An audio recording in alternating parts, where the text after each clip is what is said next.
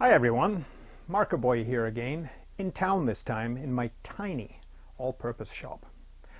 Look around. It's no surprise that I decided to build something a little larger in my off-grid cabin location. I just finished leafing through a recent edition of the Lee Valley catalogue, which is always a good read for tool nerds. Amongst myriad other things in here is 18 pages on sharpening and all the gizmos and equipment you could ever need. It's a fantastic resource, and that's great. And Lee Valley is a fantastic company to deal with. But in my experience with chisels, carving chisels, and plane blades, the average woodworker can get by with just 2 pieces of equipment that yield excellent sharpening results every time. If you're looking for a comprehensive treatise on tool sharpening, go no further. I'd simply like to share what works for me and hopefully you too. Stick around. Whole books have been written about the finer points of sharpening tools, and for good reason. There are a bewildering number of tools, machines, and gadgets that all sorts of people want to sell you. It's tough to know where to start. Traditionally, sharpening has implied the use of a grinding wheel, followed by honing on an oilstone or whetstone. It can be very difficult to maintain accuracy using a grinding wheel, and using a stone to hone the edge can be somewhat messy and tedious. Both operations can be difficult for the average user to master, and often involve the use of additional jigs or fixtures. Believe me, I've tried all sorts of methods and systems over the years. I have oil stones, Japanese-style water stones, diamond things, jigs and fixtures, etc. My method may upset some purists who sometimes obsess about micro edges, etc. But I'm trying to demonstrate basic sharpening that doesn't take a lifetime to master. The best tools are always sharp tools, and I'm trying to speak to the majority of users who often find the sharpening process somewhat intimidating. Let's start with one of my general purpose chisels that I dropped a little while ago. And who hasn't dropped a chisel on the floor?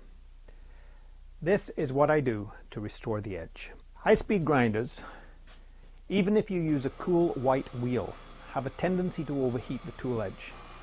Even with practice and sometimes cooling water, grinders can prove problematic. Here's my tool of choice for resurrecting and shaping a blunt edge. It's my good old belt sander. Equipped with an appropriate abrasive belt, I find this a much easier system than a high-speed grinding setup. Belt sanders come in various shapes and sizes. This one suits me fine for all-round use in the shop. Much is made of the bevel angle on chisel and plane blades.